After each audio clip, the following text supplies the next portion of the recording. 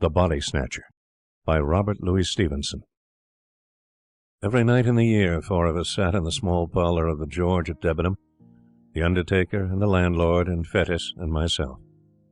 Sometimes there'd be more, but blow high, blow low, come rain or snow or frost, we four would be each planted in his own particular armchair. Fettes was an old drunken Scotchman, a man of education obviously, and a man of some property since he lived in idleness. He'd come to Debenham years ago while still young, and by a mere continuance of living had grown to be an adopted townsman. His blue camlet cloak was a local antiquity like the church spire. His place in the parlour at the George, his absence from church, his old, crapulous, disreputable vices, were all things, of course, in Debenham. He had some vague radical opinions and some fleeting infidelities, which he would now and again set forth and emphasize with tottering slaps upon the table. He drank rum, 5 glasses regularly every evening, and for the greater portion of his nightly visit to the George sat with his glass in his right hand, in a state of melancholy alcoholic saturation. We called him the Doctor, for he was supposed to have some special knowledge of medicine, and had been known, upon a pinch, to set a fracture or reduce a dislocation, but beyond these slight particulars we had no knowledge of his character and antecedents. One dark winter night, it had struck 9 some time before the landlord joined us, there was a sick man in the George. A great neighbouring proprietor suddenly struck down with apoplexy on his way to Parliament, and the great man's still greater London doctor had been telegraphed to his bedside. It was the first time that such a thing had happened in Debenham, for the railway was but newly open, and we were all proportionately moved by the occurrence. "He's come," said the landlord after he had filled and lighted his pipe. "He?" said I. "Who? Not the doctor?" "Himself," replied our host. "And what's his name?" "Dr. Macfarlane," said the landlord. Fettes was far through his 3rd tumbler, stupidly fuddled, now nodding over, now staring mazily around him, but at the last word he seemed to awaken and repeated the name Macfarlane twice, quietly enough the first time, but with certain sudden emotion at the second. "Yes," said the landlord, "that's his name. Dr. Wolfe Macfarlane." Fettes became instantly sober. His eyes awoke, his voice became clear, loud and steady, his language forcible and earnest. We were all startled by the transformation, as if a man had risen from the dead. "I beg your pardon," he said. "I am afraid I have not been paying much attention to your talk. Who is this Wolfe Macfarlane?" And then, when he had heard the landlord out, "It cannot be," he added. "Yet I would like well to see him face to face." "Do you know him, Doctor?" asked the undertaker with a gasp. "God forbid," was the reply, and yet the name is a strange one. It were too much to fancy, too. Tell me, landlord, is he old?" "Well," said the host, "he's not a young man, to be sure, and his hair is white, but he looks younger than you." "He is older, though. Years older, but," with a slap upon the table, "it's the rum you see in me face, rum and sin. This man perhaps may have an easy conscience and a good digestion. Conscience! Hear me speak. You would think I was some good old decent Christian, would you not? But no, not I. I never canted. Voltaire might have canted if he'd stood in my shoes, but the brains," with a rattling fillip on his bald head, "the brains were clear and active, and I saw and made no deductions." "If you know this, Doctor," I ventured to remark after a somewhat awful pause, "I should gather that you do not share the landlord's good opinion." Fettes paid no regard to me.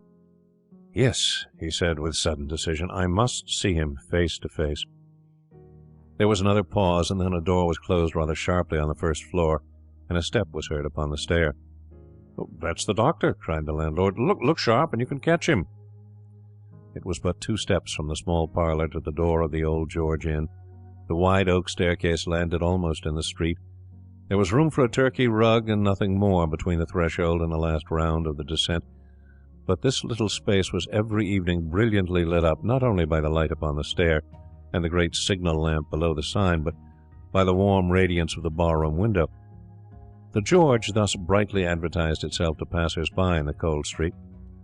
Fettes walked steadily to the spot, and we, who were hanging behind, beheld the 2 men meet, as one of them had phrased it, face to face.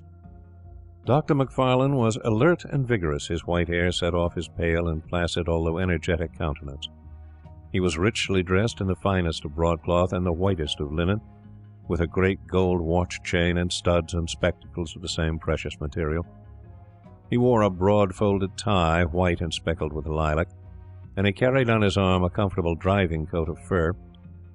There was no doubt but he became his years, breathing as he did of wealth and consideration, and it was a surprising contrast to see our parlour sot, bald, dirty, pimpled, and robed in his old camlet cloak, confront him at the bottom of the stairs. "Macfarlane," he said somewhat loudly, more like a herald than a friend. The great doctor pulled up short on the fourth step, as though the familiarity of the address surprised and somewhat shocked his dignity. "Toddy Macfarlane," repeated Fettes. The London man almost staggered. He stared for the swiftest of seconds at the man before him, glanced behind him with a sort of scare, and then in a startled whisper, "Fettes," he said. "You!" "Aye," said the other, "me. Did you think I was dead too? We are not so easy shut of our acquaintance." "Hush, hush," explained the doctor. "Hush, hush. This meeting is so unexpected. I can see you are unmanned. I hardly knew you. I confess at first, but I am overjoyed to have this opportunity. For the present it must be how do you do and goodbye in one, for my fly is waiting and I must not fail the train. But you shall, let me see, yes, you shall give me your address, and you can count on early news of me. We must do something for you, Fettes. I fear you are out at elbows, but we must see to that for old Lang Syne, as once we sang at suppers." "Money," cried Fettes. "Money from you. The money that I had from you is lying where I cast it in the rain."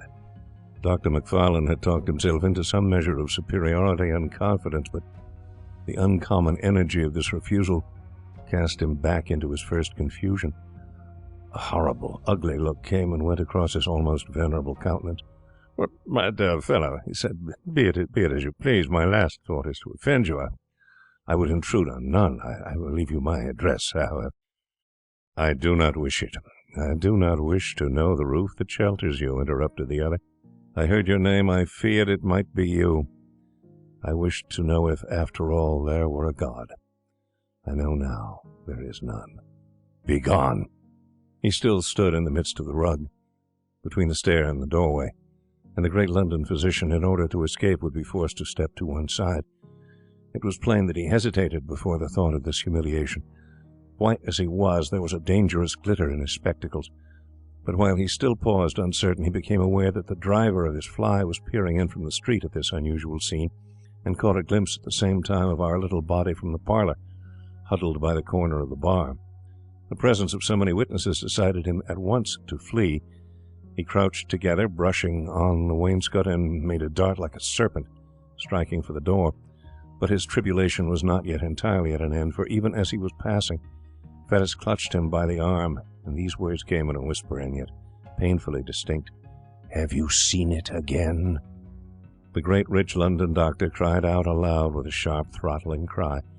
He dashed his questioner across the open space, and with his hands over his head fled out the door like a detected thief. Before it had occurred to one of us to make a movement, the fly was already rattling toward the station. The scene was over like a dream, but the dream had left proofs and traces of its passage. The next day the servant found the fine gold spectacles broken on the threshold, and that very night we were all standing breathless by the barroom window, and Fettes at our side, sober and pale and resolute in look. "God protect us, Mr. Fettes," said the landlord, coming first into possession of his customary senses. "What in the universe is all this? These are strange things you have been saying." Fettes turned toward us. He looked us each in succession in the face. "See if you can hold your tongue," said he. "That man Macfarlane is not safe to cross. Those that have done so already have repented it too late." And then, without so much as finishing his third glass, far less waiting for the other two, he bade us goodbye and went forth under the lamp of the hotel into the black night. We three turned to our places in the parlour in the big red fire and 4 clear candles, and as we recapitulated what had passed, the first chill of our surprise soon changed into a glow of curiosity. We sat late. It was the latest session I have known in the Old George. Each man, before we parted, had his theory that he was bound to prove, and none of us had any nearer business in this world than to track out the past of our condemned companion, and I suppose the secret that he shared with the great London doctor. It's no great boast, but I believe I was a better hand at worming out a story than either of my fellows at the George, and perhaps there is now no other man alive who could narrate it to you and tell you the following foul and unnatural events. In his young days, Fettes studied medicine in the schools of Edinburgh. He had talent of a kind, the talent that picks up swiftly on what it hears and readily retails it for its own. He worked little at home, but he was civil, attentive, and intelligent in the presence of his masters. They soon picked him out as a lad who listened closely and remembered well. Nay, strange as it seemed to me when I first heard it, he was in those days well favoured, and pleased by his exterior. There was at that period a certain extramural teacher of anatomy, whom I shall here designate by the letter K. His name was subsequently too well known. The man who bore it skulked through the streets of Edinburgh in disguise, while the mob that applauded at the execution of Burke called loudly for the blood of his employer. But Mr. K was then at the top of his vogue. He enjoyed a popularity due partly to his own talent and address, partly to the incapacity of his rival, the university professor. The students, at least, swore by his name, and Fettes believed himself, and was believed by others, to have laid the foundations of success when he had acquired the favour of this meteorically famous man. Mr. K was a bon vivant as well as an accomplished teacher. He liked a sly allusion no less than a careful preparation. In both capacities Fettes enjoyed and deserved his notice, and by the second year of his attendance he held the half-regular position of second demonstrator, or sub-assistant, in his class. In this capacity the charge of the theatre and lecture-room devolved in particular upon his shoulders. He had to answer for the cleanliness of the premises and the conduct of the other students, and it was a part of his duty to supply, receive, and divide the various subjects. It was with a view to this last, at that time very delicate, affair, that he was lodged by Mr. K in the same wind and at last in the same building with the dissecting room. Here, after a night of turbulent pleasures, his hand still tottering, his sight still misty and confused, he would be called out of bed in the black hours before the winter dawn by the unclean and desperate interlopers who supplied the table. He would open the door to these men, since infamous throughout the land. He would help them with their tragic burden, pay them their sordid price, and remain alone when they were gone with the unfriendly relics of humanity. From such a scene would return to snatch another hour or two of slumber, to repair the abuses of the night and refresh himself for the labours of the day. Few lads could have been more insensible to the impressions of a life thus passed among the ensigns of mortality. His mind was closed against all general considerations.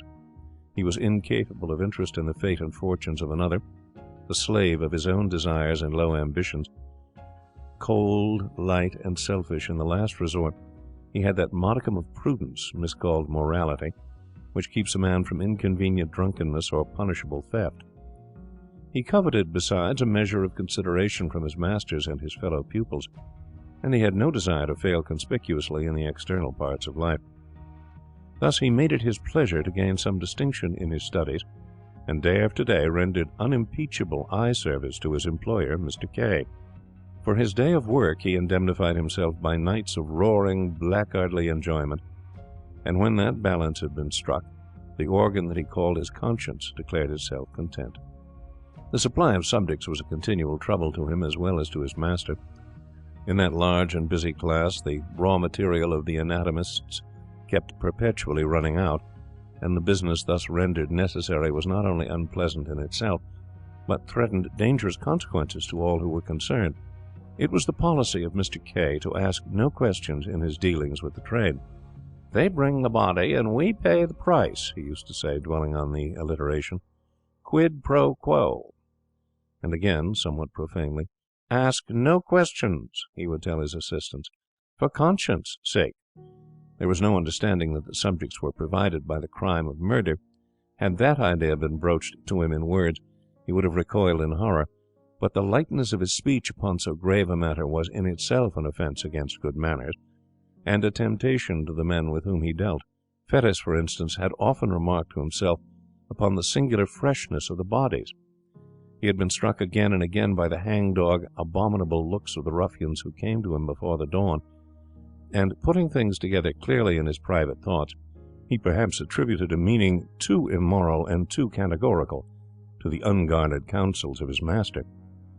He understood his duty, in short, to have three branches: to take what was brought, to pay the price, and to avert the eye from any evidence of crime. One November morning this policy of silence was put sharply to the test. He had been awake all night with a racking toothache, pacing his room like a caged beast, or throwing himself in fury on his bed, and had fallen at last into that profound, uneasy slumber that so often follows on a night of pain, when he was awakened by the third or fourth angry repetition of the concerted signal. There was a thin, bright moonshine. It was bitter cold, windy and frosty. The town had not yet awakened, but an indefinable stir already precluded the noise and business of the day. The ghouls had come later than usual, and they seemed more than usually eager to be gone. Fettes, sick with sleep, lighted them upstairs. He heard their grumbling Irish voices through a dream, and as they stripped the sack from their sad merchandise, he leaned, dozing, with his shoulder propped against the wall. He had to shake himself to find the men their money. As he did so, his eyes lighted on the dead face. He started. He took 2 steps nearer, with the candle raised. "God Almighty! That is Jane Galbraith!" The men answered nothing, but they shuffled nearer the door. I know her, I tell you," he continued. "She was alive and hearty yesterday. It's impossible she can be dead. It's impossible you should have got this body fairly." "Sure, sir, you're mistaken entirely," said one of the men. But the other looked Fettes darkly in the eyes and demanded the money on the spot. It was impossible to misconceive the threat or to exaggerate the danger. The lad's heart failed him. He stammered some excuses, counted out the sum, and saw his hateful visitors depart. No sooner were they gone than he hastened to confirm his doubts.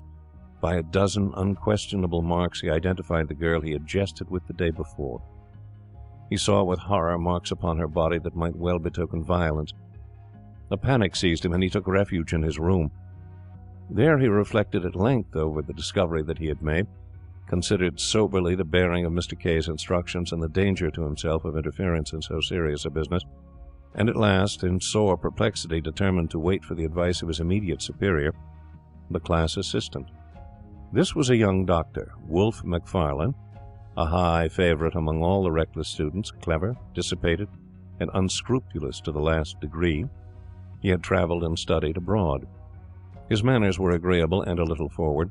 He was an authority on the stage, skilful on the ice or the links with skate or golf club. He dressed with nice audacity, and, to put the finishing touch upon his glory, he kept a gig and a strong trotting horse. With Fettes he was on terms of intimacy. Indeed, their relative positions called for some community of life, and when subjects were scarce, the pair would drive far into the country in Macfarlane's gig, visit and desecrate some lonely graveyard, and return before dawn with their booty to the door of the dissecting room. On that particular morning Macfarlane arrived somewhat earlier than his wont. Fettes heard him and met him on the stairs, told him his story, and showed him the cause of his alarm. Macfarlane examined the marks on her body. "Yes," he said with a nod, "it looks fishy." Well, what should I do?" asked Fettes. "Do?" repeated the other. "Do you want to do anything?" "Least said, soonest mended, I should say." "Someone else might recognize her," objected Fettes. "She was as well known as the Castle Rock." "We'll hope not," said Macfarlane, "and if anybody does, well, you didn't, don't you see? And there's an end to it. The fact is, this has been going on too long. Stir up the mud and you'll get Kay into the most unholy trouble. You'll be in a shocking box yourself. So will I, if you come to that. I should like to know how any of us would look, or what the devil we should have to say for ourselves in any Christian witness box. For me, you know there's one thing certain, that, practically speaking, all our subjects have been murdered." "Macfarlane!" cried Fettes. "Come now," sneered the other, "as if you hadn't suspected it yourself." "Well, suspecting is one thing, and proof another." "Yes, I know, and I'm as sorry as you are this should have come here," tapping the body with his cane. "The next best thing for me is not to recognize it, and," he added coolly, "I don't. You may, if you please, I don't dictate, but I think a man of the world would do as I do. And I may add, I fancy that is what Kay would look for at your hands. The question, of course, is, why did he choose us two for his assistants? And I answer, because he didn't want old wives." This was the tone of all others to affect the mind of a lad like Fettes. He agreed to imitate Macfarlane. The body of the unfortunate girl was duly dissected, and no one remarked or appeared to recognize her.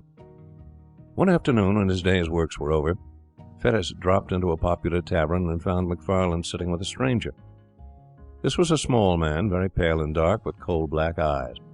The cut of his features gave a promise of intellect and refinement, which was but feebly realized in his manners, for he proved upon a nearer acquaintance coarse, vulgar, and stupid. He exercised, however, a very remarkable control over Macfarlane, issued orders like the great Bashaw, became inflamed at the least discussion or delay, and commented rudely on the civility with which he was obeyed. This most offensive person took a fancy to Fettes on the spot, plied him with drinks, and honoured him with unusual confidences on his past career. If a tenth part of what he confessed were true, he was a very loathsome rogue, and the lad's vanity was tickled by the attention of so experienced a man. "I'm a pretty bad fellow myself," the stranger remarked, "but Macfarlane, he's a boy. Toddy Macfarlane, I call him. Toddy, why do you friend another glass?" Or it might be, "Toddy, you jump up and shut the door." "Toddy hates me," he said again. "Oh, yes, Toddy, you do." "Don't you call me that confounded name," growled Macfarlane. "Hear him. Did you ever see the lads play knife?" "He'd like to do that all over my body," remarked the stranger. "We medicals have a better way than that," said Fettes. "When we dislike a dead friend of ours, we dissect him." Macfarlane looked up sharply, as though this jest was scarcely to his mind. The afternoon passed. Gray, for that was the stranger's name, invited Fettes to join them at dinner, ordered a feast so sumptuous that the tavern was thrown in commotion, and when all was done, commanded Macfarlane to settle the bill. It was late before they separated. The man Gray was incapably drunk. Macfarlane, sobered by his fury, chewed the cud of the money he had been forced to squander, and the slights he had been obliged to swallow. Fettes, with various liquors singing in his head, returned home with devious footsteps and a mind entirely in abeyance. Next day Macfarlane was absent from the class, and Fettes smiled to himself as he imagined him still squiring the intolerable Gray from tavern to tavern. As soon as the hour of liberty had struck, he posted from place to place in quest of his last night's companions. He could find them, however, nowhere, so returned early to his rooms, went early to bed, and slept the sleep of the just. At 4 in the morning he was awakened by the well-known signal. Descending to the door, he was filled with astonishment to find Macfarlane with his gig, and in the gig one of those long and ghastly packages with which he was so well acquainted. "What?" he cried. "Have you been out alone? How did you manage?" But Macfarlane silenced him roughly, bidding him turn to business. When they had got the body upstairs and laid it on the table, Macfarlane made at first as if he were going away. Then he paused and seemed to hesitate, and then, "You had better look at the face," said Macfarlane, in tones of some constraint. "You had better," he repeated, as Fettes only stared at him in wonder. But where, and how, and when did you come by it?" cried the other. "Look at the face," was the only answer. Fettes was staggered. Strange doubts assailed him. He looked from the young doctor to the body, and then back again. At last, with a start, he did as he was bidden. He had almost expected the sight that met his eyes, and yet the shock was cruel. To see, fixed in the rigidity of death and naked on that coarse layer of sackcloth, the man who he had left well clad and full of meat and sin upon the threshold of a tavern, awoke, even in the thoughtless Fettes, some of the terrors of the conscience. It was a cras tibi which re-echoed in his soul, that two whom he had known should have come to lie upon these icy tables. Yet these were only secondary thoughts. His first concern regarded Wolfe. Unprepared for a challenge so momentous, he knew not how to look his comrade in the face. He durst not meet his eye, and he had neither words nor voice at his command. It was Macfarlane himself who made the first advance. He came up quietly behind and laid his hand gently but firmly on the other's shoulder. "Richardson," said he, "may have the head." Now Richardson was a student who had long been anxious for that portion of the human subject to dissect. There was no answer, and the murderer resumed, "Talking of business, you must pay me. Your accounts, you see, must tally." Fettes found a voice, the ghost of his own. "Pay you?" he cried. "Pay you for that?" "Why, yes, of course you must. By all means, and on every possible account, you must," returned the other. "I dare not give it for nothing. You dare not take it for nothing. It would compromise us both. This is another case like Jane Galbraith's. The more things are wrong, the more we must act as if all were right. Where does old K keep his money?" "There," answered Fettes, hoarsely, pointing to a cupboard in the corner. "Give me the key, then," said the other, calmly, holding out his hand. There was an instant's hesitation, and the die was cast. Macfarlane could not suppress a nervous twitch, the infinitesimal mark of an immense relief, as he felt the key between his fingers. He opened the cupboard, brought out pen and ink and a paper book that stood in one compartment, and separated from the funds in a drawer a sum suitable to the occasion.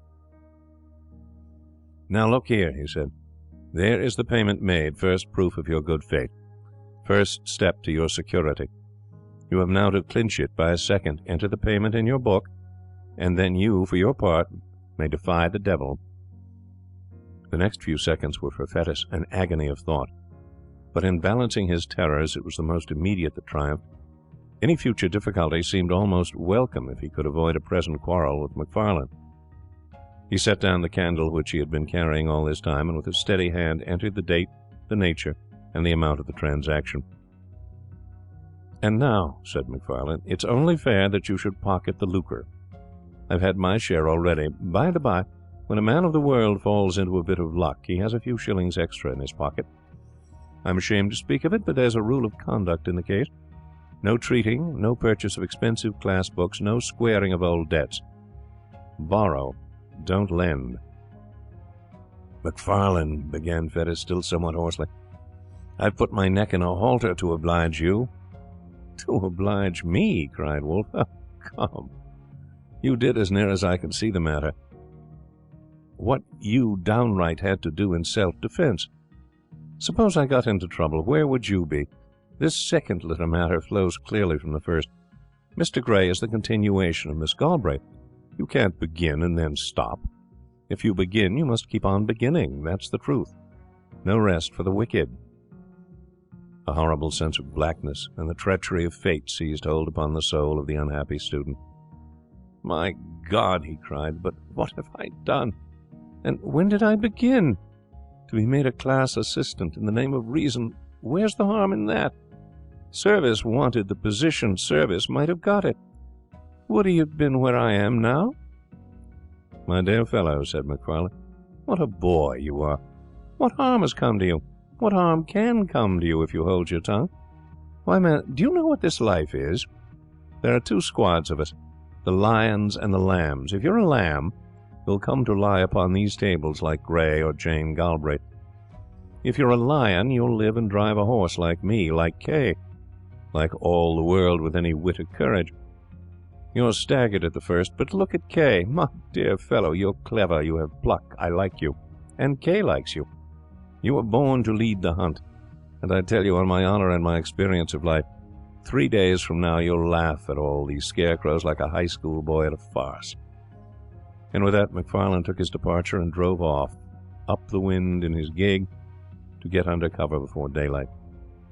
Fettes was thus left alone with his regrets. He saw the miserable peril in which he stood involved.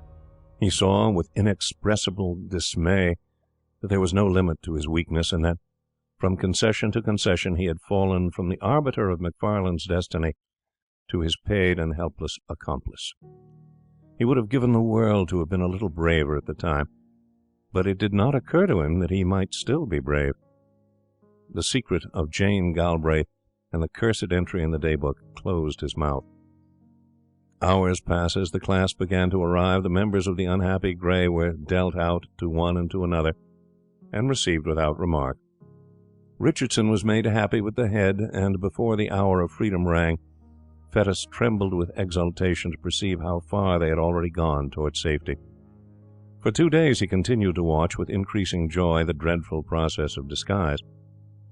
On the third day Macfarlane made his appearance, He had been ill, he said, but he made up for lost time by the energy with which he directed the students. To Richardson in particular he extended the most valuable assistance and advice, and that student, encouraged by the praise of the demonstrator, burned high with ambitious hopes and saw the medal already in his grasp.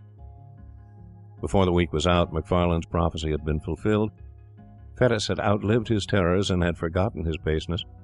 He began to plume himself upon his courage, and had so arranged the story in his mind that he could look back on these events with an unhealthy pride.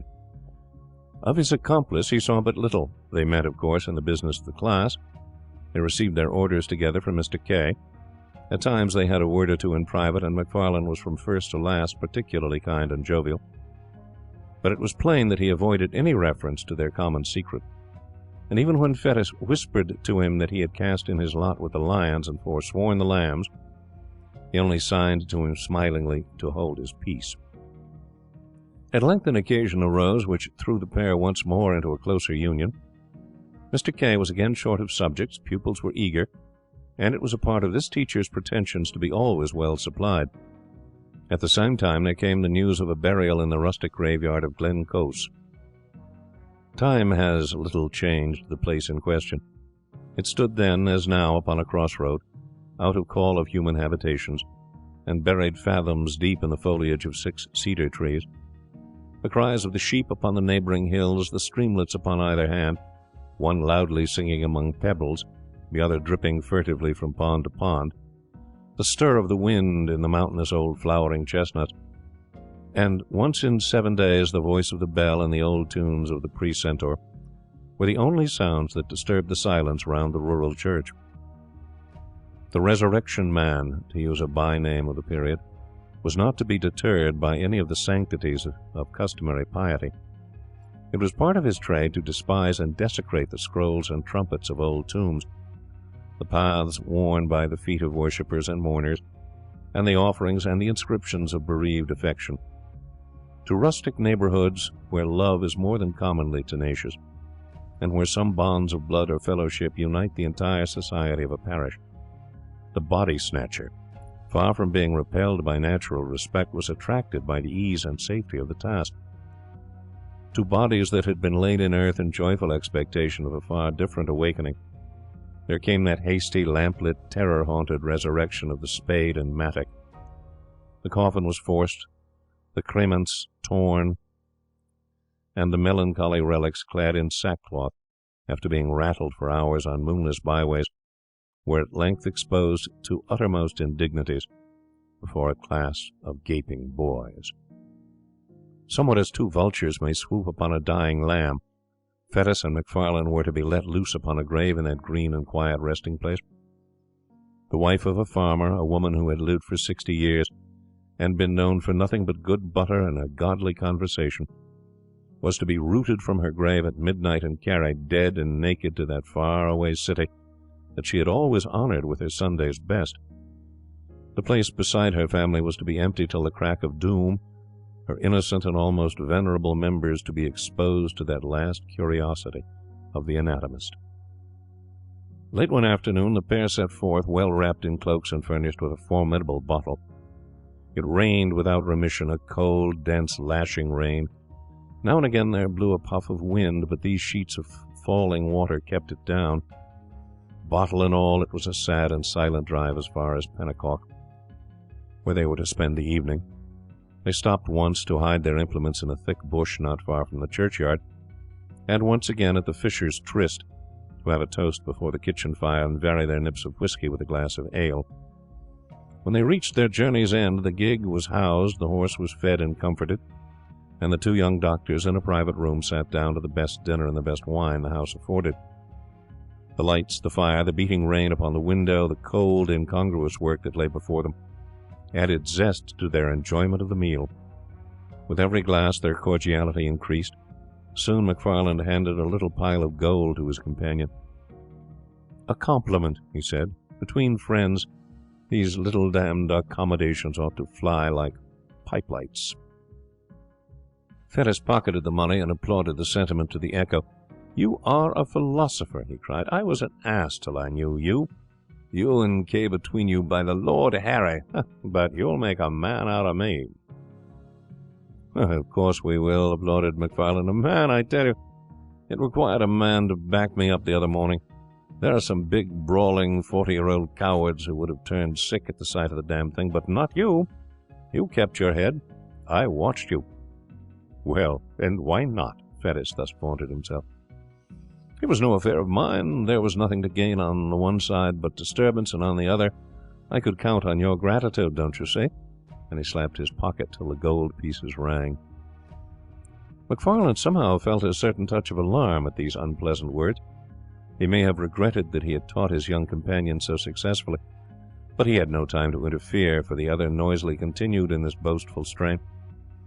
"The great thing is not to be afraid. Now, between you and me, I don't want to hang. That's practical.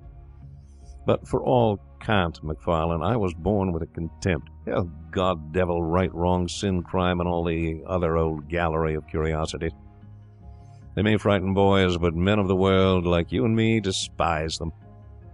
Here's to the memory of Grey." It was by this time growing somewhat late. The gig, according to order, was brought round to the door with both lamps brightly shining, and the young men had to pay their bill and take the road. They announced that they were bound for Peebles, and drove in that direction till they were clear of the last houses of the town. Then, extinguishing the carriage lamps, returned upon their course, and followed a by-road toward Glencorse. There was no sound but that of their own passage and the incessant strident pouring of the rain. It was pitch dark, and here and there a white gate or a white stone in the wall guided them for a short space across the night. But for the most part it was at a foot pace, and almost groping, that they picked their way through that resonant blackness to their solemn and isolated destination. In the sunken woods that traversed the neighbourhood of the burying ground the last glimmer failed them, and it became necessary to kindle a match and re-illumine one of the lanterns of the gig. Thus, under the dripping trees, and environed by huge and moving shadows, they reached the scene of their unhallowed labours. They were both experienced in such affairs, and powerful with the spade, and they had scarce been 20 minutes at their task before they were rewarded by a dull rattle on the coffin lid.